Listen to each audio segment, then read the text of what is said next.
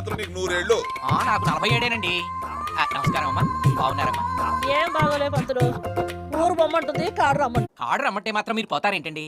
చెట్టు అంత పెదరాజు గారు పోయినప్పుడే మీరు కన్నీటి బుట్టు రాల్చలేదు. ఎందుకు రాల్చడం? ఉన్న దాంట్లో సగం ఉంచుకున్న దానికి రాస్తారుగా. అప్పుడు ఆయన ఎందుకు లేవే? అచ్యుతరామరాజు గారని ఆచంట 25 ఎకరాల కొబ్బరి తోట, 25 ఎకరాల రొయ్యల చెరువు, పెద్ద రైస్ మిల్లు, ఒక్కడే కొడుకు. మన పాప ఫోటో చూపించాను, పెచ్చగా నచ్చేసింది. ఎడబడి ఏసీ గారు వచ్చారు. రెండు వాటర్ పెట్టు. అబ్బాయి ఏం చేస్తాడండి? అమెరికాలో సాఫ్ట్వేర్ ఇంజనీర్ అండి. అమెరికానా? బాగా దూరంగా ఏంటండి?